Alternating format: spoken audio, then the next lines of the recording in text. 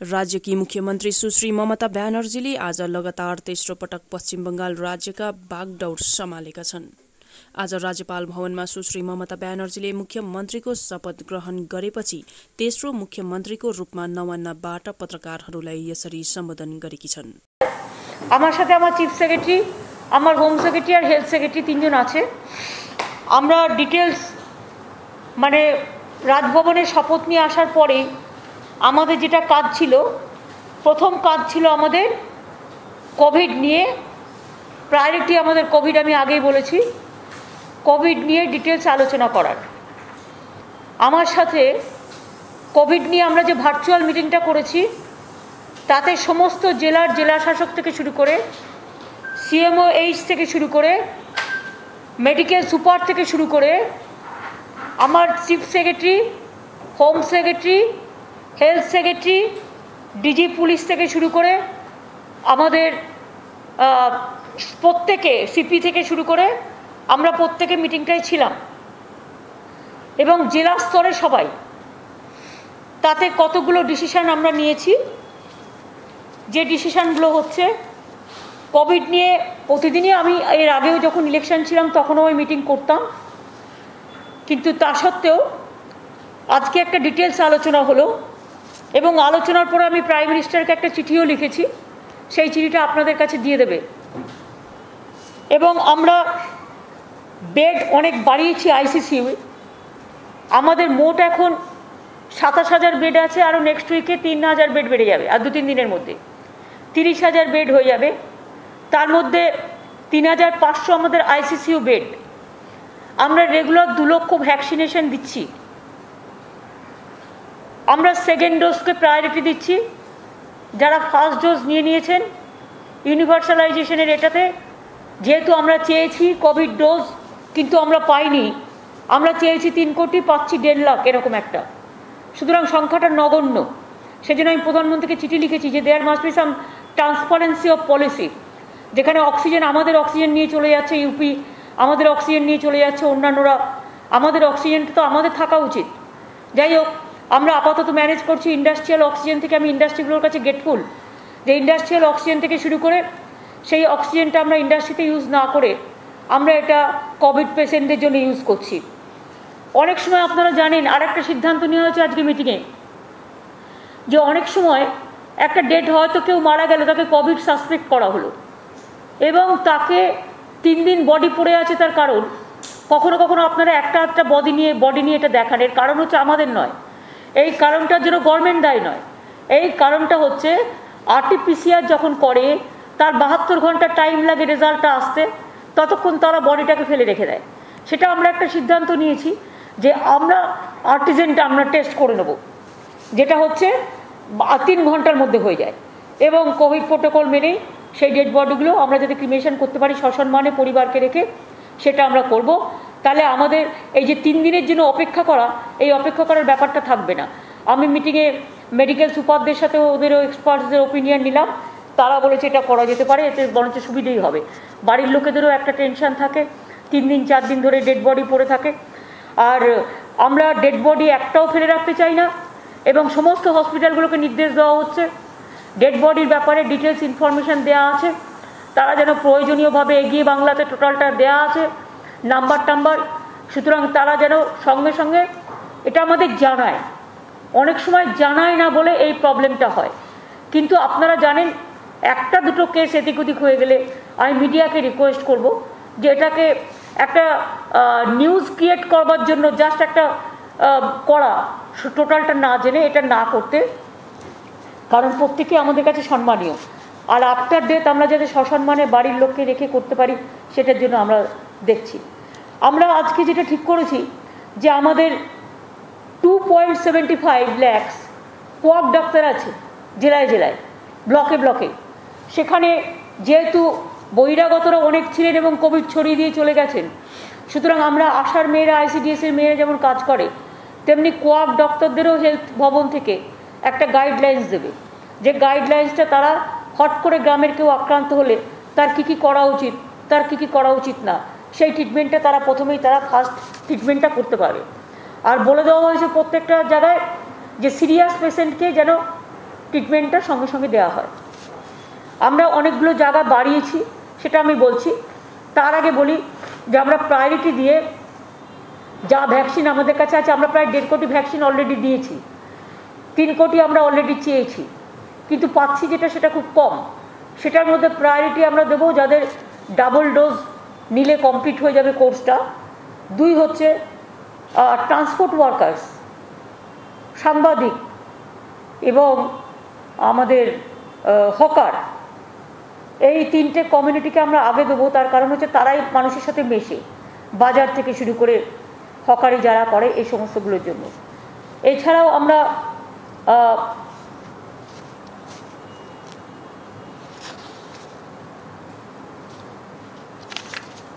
এটা তো আছেই, তাছাড়াও আমরা কতগুলো সিদ্ধান্ত আমরা গভর্নমেন্ট থেকে নিয়েছি।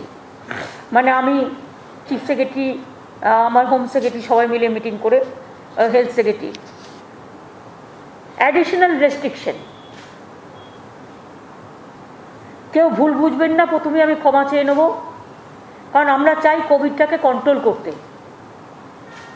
আগের বারে ঝড় আমরা থামিয়ে দিয়েছিলাম, এবারে স্ট্রিংটা একটু ইনফেকশন বেশি করছে, সেই জন্য আমাদের ইমিডিয়েট কতগুলো এফেক্টিভ মানে অ্যাকশান নিতে হচ্ছে। পাবলিকের যাতে কোনো রকম প্রবলেম না হয় সেদিকে নজর রেখেই আমরা নিচ্ছি। তবে মাস্কটা আবার সবাইকে বলবো ভালো করে পরার জন্য। বাজারে বাজারে যেমন গোল্লা কেটে দিয়েছিলাম আমি, ওই গোল্লা কেটে দিয়ে যাতে বাজারে যারা যাবেন হাত স্যানিটাইজ করে যাবেন বা সাবান দিয়ে হাত ধুয়ে যাবেন এবং বাজার করে নিয়ে চলে আসবেন। বাজার করেই বাড়িতে জিনিস নিয়ে ঘরে ঢুকবেন না, বাজার করে আসার পরে সেগুলোকে ভালো করে গরম জলে ধুয়ে বা যে প্রসিডিওর আছে মেনটেন করে করুন, তাতে অনেকটা কমে যায়। আমরা সবাইকে বলবো মাস্কটা কম্পালসারি ব্যবহার করতে। মাস্ক যে ব্যবহার করবে না সেখানে কিন্তু আমাদের একটু কঠোর হতে হবে। আপনাদের সকলের আবেদনে আমি বলবো যে মাস্কটা সকলকে ব্যবহার করতে। আমরা স্টেট গভর্নমেন্ট অফিসে 50% অ্যাটেন্ডেন্স করছি এবং আমরা all shopping malls, shopping complex, malls, beauty parlours, cinema halls, restaurants and bars, sports complexes, gyms, spa and swimming pool are closed। মানে যতক্ষণ পর্যন্ত ফার্দার অর্ডার না বেরোবে। তার কারণ হচ্ছে আমরা চাই না এটা ছড়াক। All social, cultural, academic, entertainment related gathering আর প্রহিবিটেড। এখানে পলিটিক্যালটা লেখুন, পরে লিখেছি, আচ্ছা ঠিক আছে। All social, cultural, academic, entertainment related gatherings আর প্রহিবিটেড। মানে যতক্ষণ পর্যন্ত কোভিড সিচুয়েশনটা ডেভেলপ না করছে। নট মোর দ্যান 50% অ্যালাউড, যেটা হচ্ছে কোনো ম্যারেজ সেরিমনিতে বা সোশ্যাল গ্যাদারিংসে বা কোনো কালচারাল প্রোগ্রাম, ছোট্ট করে প্রার্থনা করলো, প্রার্থনা সভা করলো, 50 জনের মধ্যে করতে হবে, তাও সেটা টাইম টু টাইম পারমিশন নিতে হবে, উইদাউট পারমিশনে হবে না। যেমন সামনে রবীন্দ্র জয়ন্তী আছে, রবীন্দ্র জয়ন্তীতে তো এত বড় করে না, কবিগুরুর ছবি লাগিয়ে অলরেডি আমরা ওদিন মামাটি মানুষকে ধন্যবাদ জানাবো বলে মামাটি মানসিক সরকার অলরেডি ঘোষণা করেছেন। সুতরাং ছোটো ছোটো ছোটো ছোটো করে প্রোগ্রাম হবে এবং গভর্নমেন্টেরও রবীন্দ্র জয়ন্তীর প্রোগ্রামটা আমরা ভার্চুয়াল করে দেবো। রেস্ট্রিকশনস ইন টাইম ফর হাট বাজার, রিটেল আউটলেট অ্যান্ড স্ট্যান্ডঅ্যালোন শপস। এটা হচ্ছে স্ট্যান্ড অ্যালোন শপস, যেগুলো 7টা থেকে 10টা খোলা থাকবে এবং 5টা থেকে 7টা। এটা একটু চেঞ্জ হবে, হ্যাঁ পরে চেঞ্জ করবে। অল সোশ্যাল, তার মানে মানুষ বাজার করতে পারছে, মুদির দোকান খোলা থাকছে। টোটালটা লকডাউন না করে, লকডাউন যাতে বেশি গ্যাদারিং কোথাও না হয় সেই জন্য এই ডিসিশনগুলো নেওয়া হচ্ছে। এগুলো বাজারও চলবে, অর্থনীতিও চলবে, গরিব মানুষের অসুবিধাও হবে না, অথচ কোভিডটাকে আটকানো যাবে। সেই জন্য টোটাল লকডাউন না করে যেখানে যেখানে ক্লোজ করলে ভালো হবে সেই সব জায়গাগুলো আমরা বেছে নিয়েছি। All social and political gathering shall be prohibited except the cultural and prayer, যেটা বলেছি আমরা 50 জনের মধ্যে, সেটা পলিটিক্যাল নয়, cultural. Assembly gatherings up to 50% only with physical distancing shall be permitted for cultural and religious purposes at a time with prior permission of local authorities and shall be notified. Permission নিয়ে করতে হবে। Movement of all local trains to be suspended from tomorrow.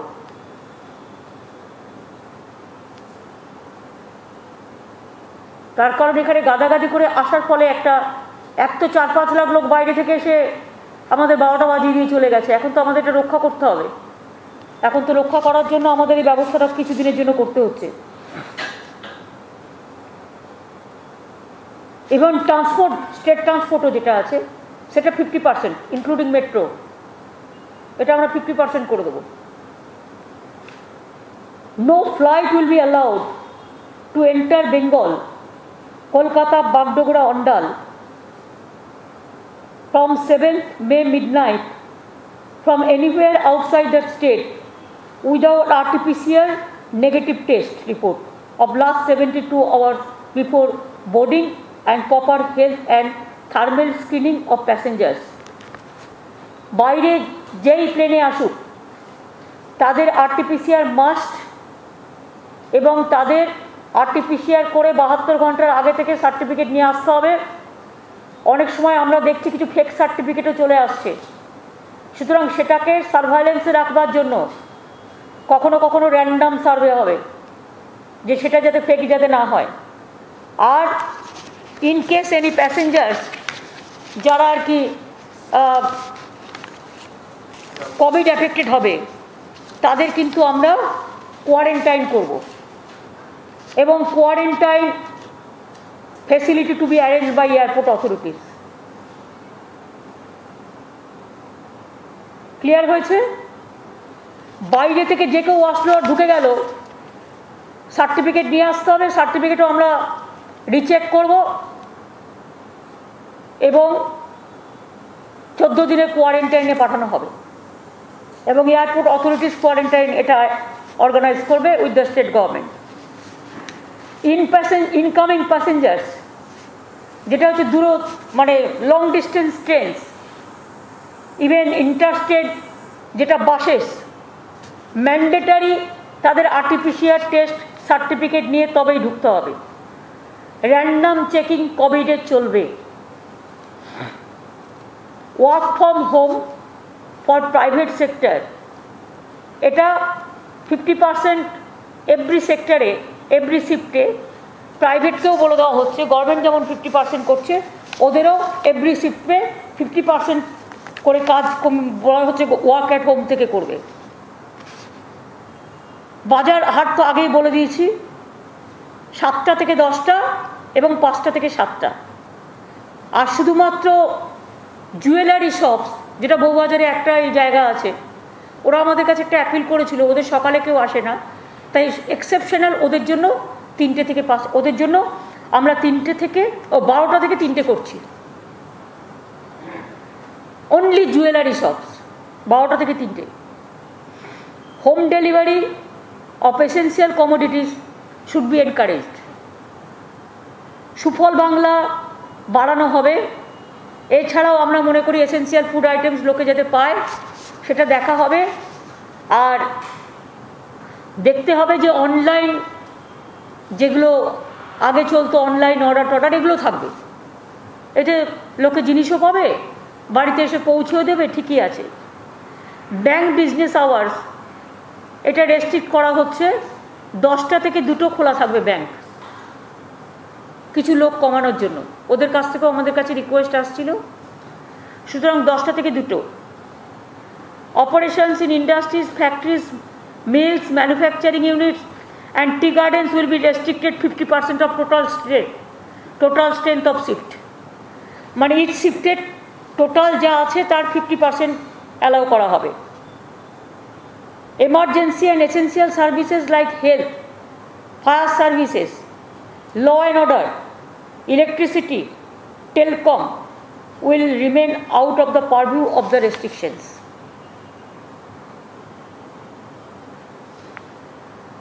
Emergency and essential services like health, fire services, law and order, electricity, telecom will remain out of the purview of restrictions.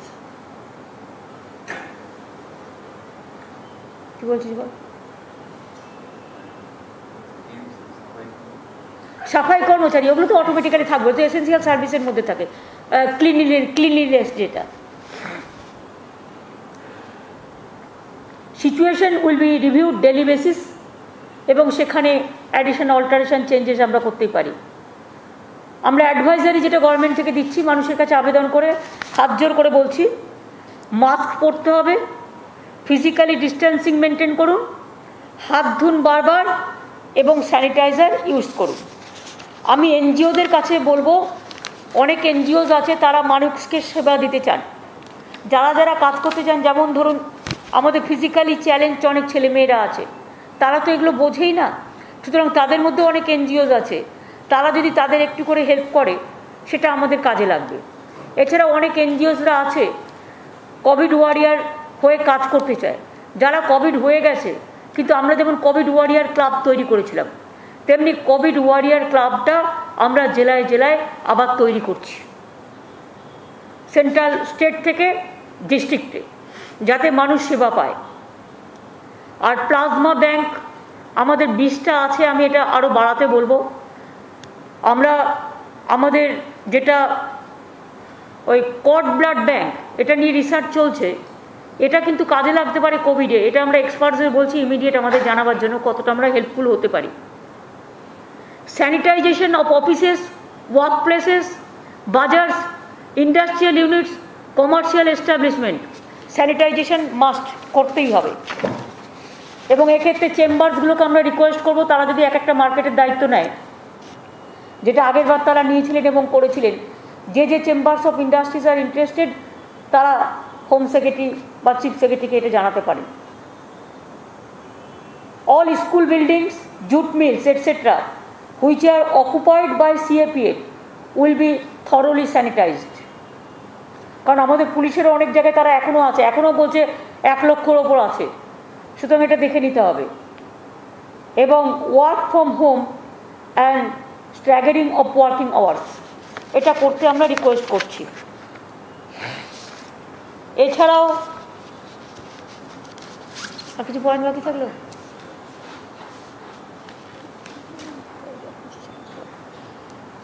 এই দায়িত্বগুলো, এই কাজগুলো আমাদের সবাইকে মিলেই করতে হবে। এবং মিডিয়াকে আমি বলবো, যাতে কোভিড কমে যায়, কোভিড থেকে রক্ষা পেতে গেলে সমস্ত মিডিয়াগুলো, যাদের চ্যানেলরা আছেন, তারা একটা কর্পোরেট হেল্প হিসেবে তারা যদি নিজেদের মিডিয়াতেও একটু দেখান কী কী করা উচিত আর কী কী থেকে বাঁচা উচিত, ভয় না দেখিয়ে, প্ররোচিত না করে, অথবা উত্তেজনা না ছড়িয়ে, যাতে মানুষ ভয় পেয়ে যায় এমন কিছু করব না আমরা, যাতে মানুষের পক্ষে যায়, মানুষের শান্তি হয়, সেটার দিকে আমরা একটু নজর রাখব। আর যেহেতু আমাদের অলরেডি 45 কোটি টাকা ওষুধ কিনতে গেছে, আমি আবার বাংলার মানুষকে আবেদন করব, বা সারা দেশের, যে আমাদের ওষুধগুলো কিনতে হচ্ছে, অক্সিজেন ব্যবস্থা করতে হচ্ছে, সমস্ত কিছু কোভিডকে বিনা পয়সায় ট্রিটমেন্ট করতে হচ্ছে। 100টা হসপিটাল নেওয়া হয়েছে, এছাড়াও একেবারে কিশোর ভারতী স্টেডিয়াম থেকে শুরু করে, সল্টলেক স্টেডিয়াম থেকে শুরু করে সব জায়গাগুলো আমাদের নেওয়া হয়েছে।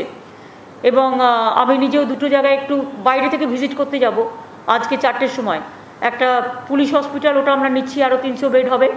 তাছাড়া শম্ভুনাথ পণ্ডিত হসপিটাল পিজি অলরেডি চালু করেছে, আমি জাস্ট একটু ওদের সাথে দেখা করে চলে আসব।